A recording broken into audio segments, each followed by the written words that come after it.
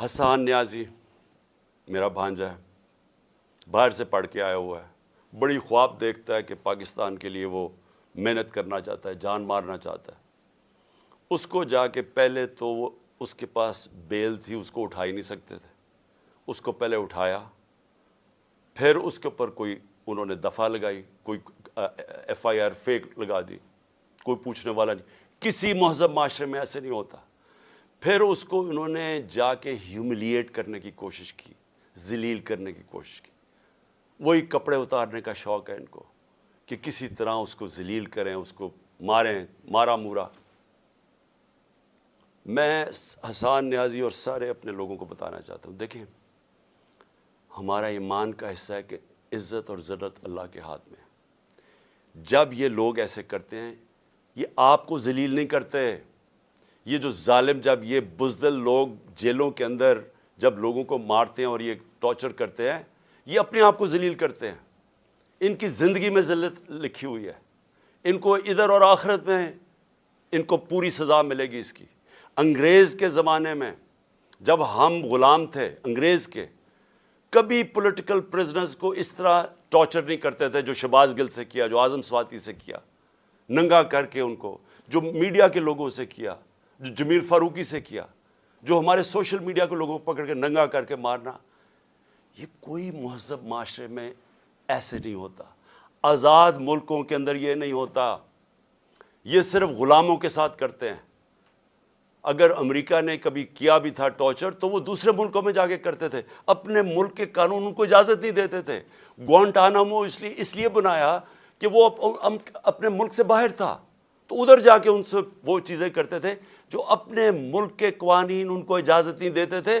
پرائے لوگوں سے بھی، فورنرز کو بھی اجازت نہیں دیتے کہ اپنے ملک میں ان کو ٹارچر کریں۔ ہمارے اپنے ملک میں جو پولیٹیکل پریزنس ہے اور جس طرح کا ان کو رویہ رکھا ہوا ہے، یعنی میں کبھی اپنی زندگی میں نہیں سوچتا تھا کہ ہماری ریاست اتنی نیچے گر سکتی ہے۔ اظہر مشوانی نوجوان ہے، وہ سوشل میڈیا کا، اس کو اٹھا لیا ہے، ابھی تک نہیں پتا کدھر ہے وہ۔ اس کے ماں باپ کی مجھے میسج، اس کے بھائی بیچارے مجھے ملنے آئے، غائب کر دیا اس کو۔ کیا اس کا قصور ہے؟ خوف پھیلانے کے لیے کہ یہاں ریاست ایسی ہے کہ آپ کو کچھ بھی کر سکتی ہے، تاکہ سب ڈر کے گھر میں ڈر کے رہے سارے۔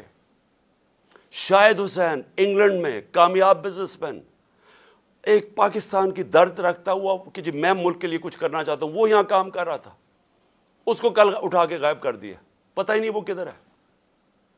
1000 کارکن ہمارا اس وقت جیلوں میں ہے۔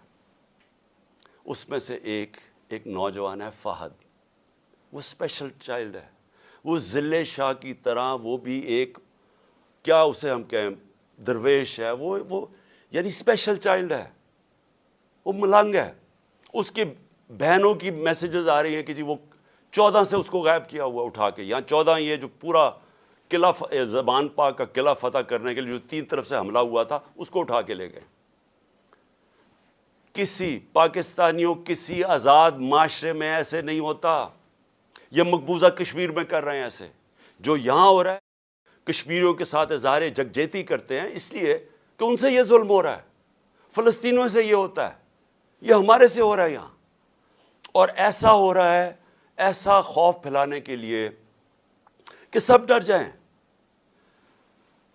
عامر مغل ہمارا کارکن ادھر اسلام آباد کا، وہ نہیں تھا گھر میں، اس کے بچے کو 11 سال کے بچے کو اٹھا کے لے گئے۔ کون سے ملک میں یہ ہوتا ہے؟ میں پھر سے پوچھتا ہوں کہ کون سے ملک میں یہ ہوتا ہے؟ میں آج اپنی عدلیہ کو بھی کہنا چاہتا ہوں، میں پھر اپنی لیگل کمیونٹی کو کہنا چاہتا ہوں، آپ کے اوپر اللہ نے بہت بڑی ذمہ داری ڈالی ہے، کیونکہ آپ کا کام ہے ہمارے ہیومن رائٹس کو پروٹیکٹ کرنا۔ اور اس کے بعد میں اپنے گھر کا میں آخر میں آتا ہوں اس لیے کہ عدالت میں نے آج جج صاحب کو عدالت میں بتایا، میں نے کہا آپ نے کہا تھا کہ میرے گھر اگر کوئی سرچ وارنٹ لینے آئے گا تو وہ آپ نے طے کیا کہ ایک ان کا کوئی ایس پی پولیس تھا اور ایک ہمارا آدمی، اور وہ اکٹھے سرچ کریں گے۔ ہم نے کہا بسم اللہ۔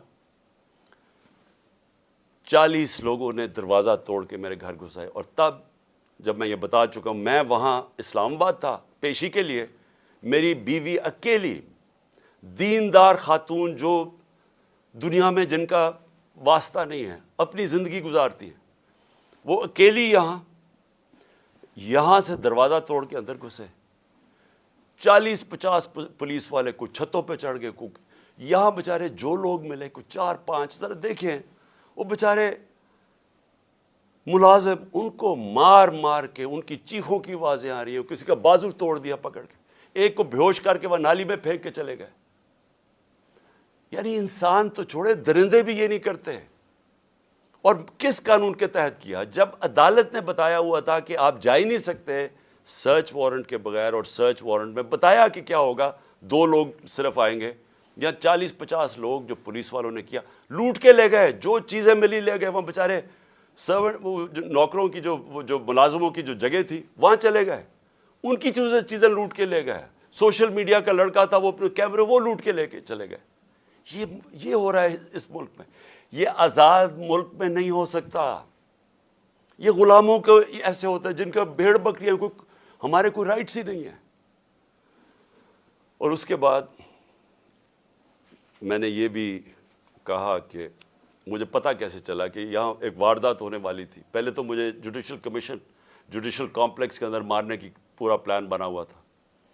ہمارے وکیل جو اندر گئے، جو تھوڑے سے لوگ تھے، انہوں نے وہاں بتایا کہ ماحول ہی کچھ اور تھا، وہ نامعلوم لوگوں نے کمرے رکھے ہوئے تھے۔ اس کے بعد سی ٹی ڈی کے کپڑوں کے اندر نامعلوم لوگوں نے ان کے کپڑے پہنے ہوئے تھے، وہاں رینجرز، وہاں پولیس، اور وہاں یہ حالات تھے کہ جو ہمارے جن لوگوں کے نام لکھے ہوئے تھے کہ جنہوں نے وہاں مجھے ریپرزینٹ، 10 لوگوں نے جانا تھا، ان میں سے شبلی فراز کو مارا انہوں نے، وہ بیچارے اس کی ابھی تک اس کی ہڈی توڑ دی ہے، کریک کر دیا ہپ بون۔ شبلی فراز کو وہ جا کے ہاسپٹل چلا گیا۔ ہمارا جو عمر سلطان تھا، نام دیا ہوا ہے، اس کو مارا، اس کا منہ کے اوپر ناک، اس کی ہڈی توڑ دی، کچھ بھی نہیں ہوا۔ اندر یہ حالات تھے۔ میں نیچے 40 منٹ انتظار کر رہا ہوں، اوپر سے پتھر مار رہی ہے پولیس، اشتعال دے رہی ہے لوگوں کو، ٹیئر گیس کر رہی ہے۔ میں وہاں انتظار کر رہا ہوں اپنی پیشی کے لیے، اندر گھستا ہوں تو وہاں اور ہی ماحول تھا۔ تو پلان بنا ہوا تھا مجھے مارنے کا۔ مجھے کیسے پتا ہے؟ مجھے کیسے پتا ہے؟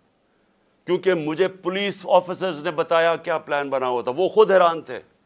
اسلام آباد کا آئی جی اس میں شامل تھا، اس کو پتا تھا، اور نامعلوم افرادوں کو پتا تھا، انہوں نے مجھے وہاں قتل کرنا تھا۔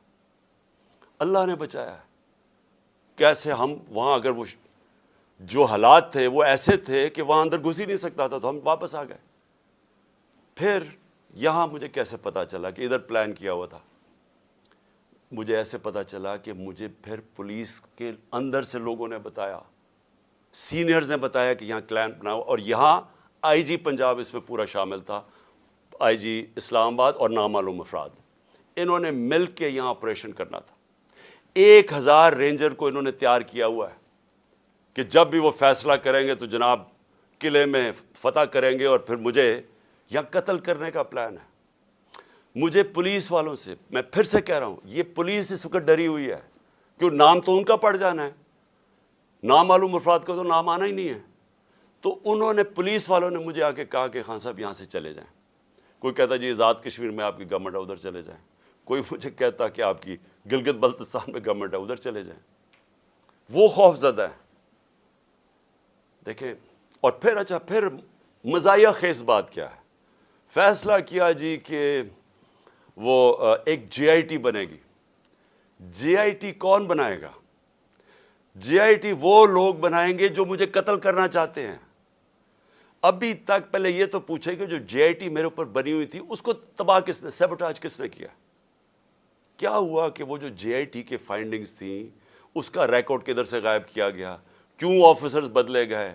کیوں جیسی یہ کیئر ٹیکر گورنمنٹ آئی وہ جے آئی ٹی کو ڈسبینڈ کیا گیا، اور وہی آفیسر جو ان کو اوپر بٹھا دیا جو سیبوٹاج کرنا چاہتے تھے، جن کے اوپر پروسیکیوٹر جنرل نے کہا کہ ان کے اوپر کارروائی کرو کہ انہوں نے جے آئی ٹی کو سیبوٹاج کیا، انہی کو انہوں نے آ کے اوپر بٹھا دیا۔